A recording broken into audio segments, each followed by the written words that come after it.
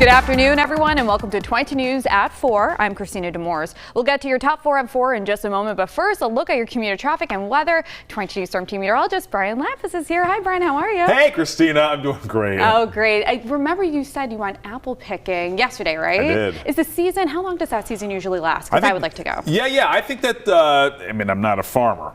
I'm not an arborist. But I would say that the season seems to be in full force right now. So you probably have at least a couple of weeks for pick your own. Perfect. Great for October. Yeah. Great. Whoa, October tomorrow, right? Tomorrow. I know. I'm so excited. Fantastic. My favorite month. Let's take a look at traffic now, shall we? Right. Here we are. Up and down the valley, we're looking pretty good. There is a slowdown, a substantial slowdown eastbound in Palmer, between Palmer and Ludlow. So there is that. There's been some ongoing construction in that area, so that's probably the culprit. But keep that in mind that if you're headed eastbound toward Palmer, Brimfield, Charlton, you're going to run into some slow traffic there. Otherwise, west of the river, we're in good shape. Let's take a look at weather. Nice day today. Admittedly, a little brighter than I expected. 73 now in Northampton and Springfield, 78, Greenfield, 74 in Orange, and Westfield, you're at 75. Mixture of sunshine and clouds. And as we head into the evening hours, we're going to call it variable clouds. Another dry day here tomorrow, but a little bit cooler. We'll track it for you with a 22 News Storm Team Skycast, Christina. Thanks, Brian. The number of deaths resulting from Hurricane Helene has risen to at least 116 across multiple states, including North Carolina, Tennessee, and Florida. Helene made landfall, Thursday night in Florida's Big Bend region as a Category 4 hurricane. The impact has left millions without power and limited to no access to resources. Power is being restored to some of the affected areas, but more than 2 million customers remain without electricity across several states. The remnants of Helene are expected to dissipate tomorrow, but heavy rain and flash flooding remain a threat for parts of the Appalachian region.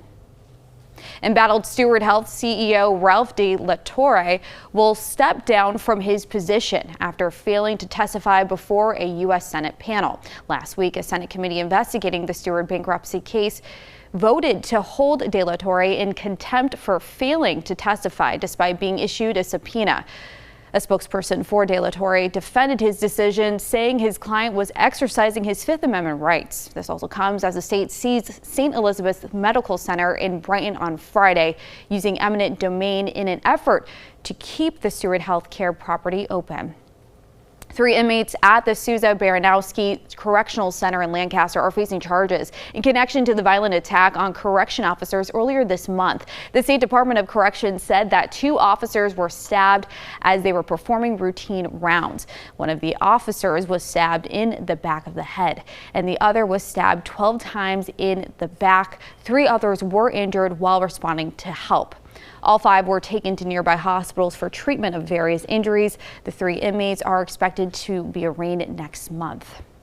The man accused of plotting to kill Donald Trump at his Florida golf course pleaded not guilty to all charges today. Federal prosecutors allege in a 5-count indictment that he did intentionally attempt to kill Trump on September 15th. A Secret Service agent spotted the man with a gun outside of Trump International Golf Club in West Palm Beach and opened fire on him before he had Trump in his sights. He was arrested as he attempted to drive away from the scene. All right, now let's get another check of today's weather with Brian Lapis. What can you tell us, Brian? You know what? Can we not talk about weather for just a second? Yes. And I know that we're wasting time, so it's on me.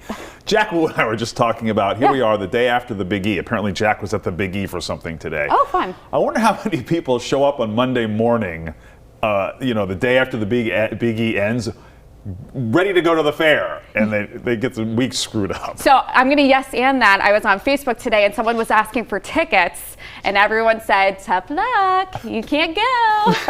That's fantastic. Isn't that great? Isn't that funny? And some people were like, I'm selling tickets still, so don't fall for those people. That's fantastic. Isn't that funny? All right, hey, great weather today. We had temperatures that topped out into the 70s and generally dry here this week. A little bit cooler here tomorrow. This is 5 o'clock here this afternoon. Variable clouds, and you can see here at 7 o'clock, clouds continue. So the clouds will be in and out here this evening.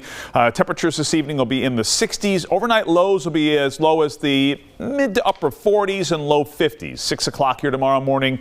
Sunshine rising, partly sunny skies, and it's a classic mix of sunshine and clouds here for tomorrow with a high we expect of 66 to 70. We'll update weather for the rest of the week on 22 News at 5. Basketball Hall of Famer Dikembe Mutombo has died from brain cancer at the age of 58. Mutombo played 18 NBA seasons for the Denver Nuggets, Atlanta Hawks, Philadelphia 76ers, New Jersey Nets, New York Knicks, and Houston Rockets before retiring in 2009. He was 58 years old. Legendary country songwriter, singer, and actor Kris Kristofferson has died. A few of his well-known songs include Help Me Make It Through the Night and Me and Bobby McGee. He won the Golden Globe's Best Performance by an Actor in 1977 for his performance in the movie A Star is Born. He is survived by his wife, 8 children, and 7 grandchildren. Kris Kristofferson was 88 years old. Now for a look at what we're working on for 22 News starting at 5. The devastation caused by Hurricane Helene over the weekend has left millions without power or access to resources. See how you can help those impacted. Plus, Boston Mayor Michelle Wu and Representative Jim McGovern visited a farm in Hadley to highlight farm-to-school partnerships. And at the State House, a discussion on efforts to address suicide prevention within the veteran community. The Mass Pike eastbound is running slow between Ludlow and Palmer. I'm thinking that this is some construction happening there. That's again the Mass Pike eastbound between Ludlow and Palmer. Otherwise, traffic moving along just fine. I-91 north of the Pike is good. I-91 south of the Pike is good. 291, 391 looking good. And the Pike west of 91 also looking fine. Mostly dry week this week. We'll track it on 22 News at 5. All right, thanks, Brian, and thank you for joining us this afternoon for 22 News at 4. Join us on TV tonight starting at 5, and you can get all your local news and weather updates anytime on wwlp.com and the 22 News mobile app.